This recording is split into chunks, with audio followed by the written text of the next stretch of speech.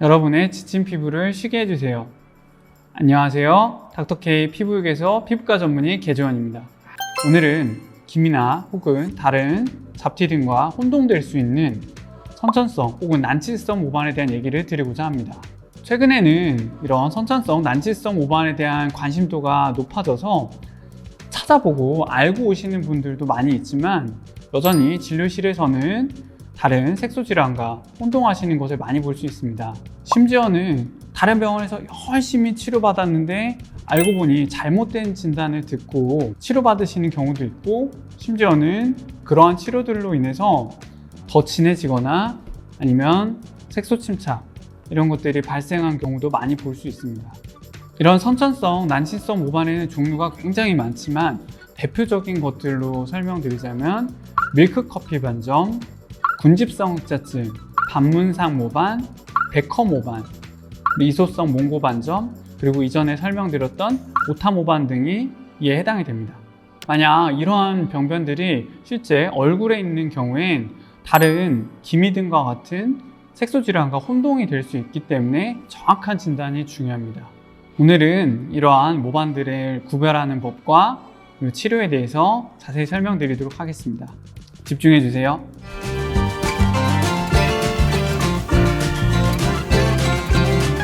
일단 첫 번째, 밀크커피 반점입니다.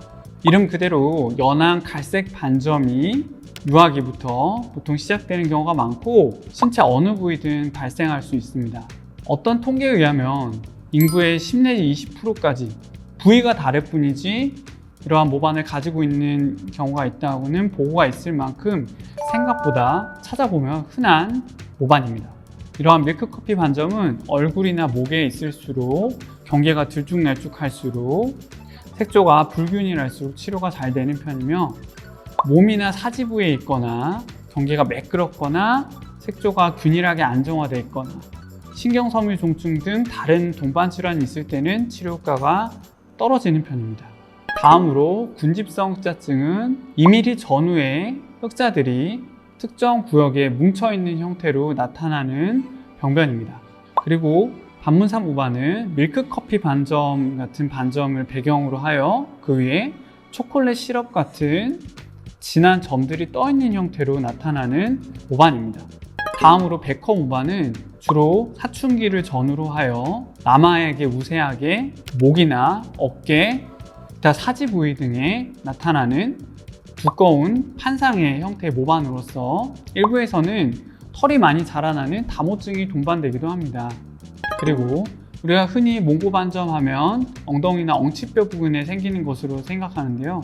이러한 몽고 반점들이 몸이나 사지 부위에 청회색의 반점의 형태로 나타날 경우엔 다른 색소 질환들, 가령 이토 모반이라든지 다른 색소 병변들과 구별이 어려울 수 있으므로 정확한 진단을 위해선 피부과 전문의의 진료가 필요할 수 있습니다. 이러한 선천성 난치성 모반들은 대개 전신적 건강적 문제를 일으키기보다는 크기가 크거나 노출 부위에 있거나 미용상 문제 등이 주로 치료를 결정하게 되는 계기가 됩니다. 다만 극히 드물게는 신경섬유종증, 맥픈 알브라이트 증후군, 백허 근위 영양증 등 다른 증후군에 동반되어 이러한 모반들이 나타나는 경우도 있어 정확한 진료를 꼭 받으시길 바랍니다. 이런 선천성 난치성 모반들은 이름에서 알 수 있듯이 되게 어린 나이부터 시작하는 경우가 많은데요. 그러면 과연 치료는 언제부터 시작할 수 있을까? 이런 질문을 많이들 하십니다. 사실 논문이나 여러 보고들에서는 생후 100일 이후부터도 치료할 수 있을 정도로 다양한 보고가 이루어져 있고 실제로 치료가 된 사례도 많이 보고가 되어 있습니다. 하지만 이런 선천성 난치성 모반이 눈 주변과 같이 치료하기 어렵고 위험한 부위에 있거나 나이가 너무 어린 환아의 경우 피부 자체의 취약성 등으로 인해서 이런 치료를 받기 어려운 경우가 있습니다. 따라서 환자의 치료에 대한 수능도 등을 고려하여 혹은 환자가 이런 병변으로 인해 받는 심리적인 스트레스 등을 고려하여 치료를 결정하는 것이 중요하다고 생각합니다. 불과 10여 년 전만 해도 이러한 모반의 치료는 고출력 레이저를 이용하여 세게, 강하게 하는 치료가 주를 이루어서 흉터나 색소 침착 등의 문제를 남기는 경우가 종종 있었습니다. 최근 몇 년 전부터는 유럽 포토나사의 QX맥스, 스타워커 같은 출력이 비교적 일정하게 잘 나오는 레이저를 필두로 하여 여러 다양한 Q스위치액 엔디아그 레이저를 이용한 저출력 레이저가 주를 이루고 있고, 치료 결과가 가장 괜찮고 치료 후에 일상생활이 가능하다는 장점이 있습니다. 물론 모반의 종류나 치료 상황, 치료 반응에 따라서는 일부 고출력 레이저 방식이나 다른 종류의 레이저가 병행 치료되는 경우도 있습니다. 이런 저출력 방식의 치료는 보통 1주나 2주 간격의 규칙적인 치료를 필요로 하는데요.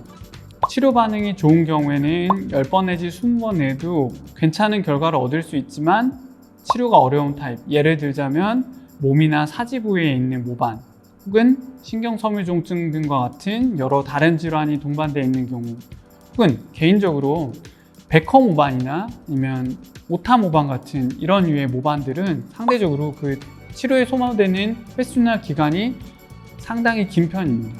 따라서 이러한 선천성 난치성 모반은 다양한 모반의 종류, 다양한 상황에 따른 풍부한 치료 경험이 있는 피부과 전문의와의 진료를 통해 치료 계획을 세우실 것을 권유드립니다. 이상 닥터 K 피부과 전문의 개주원이었습니다.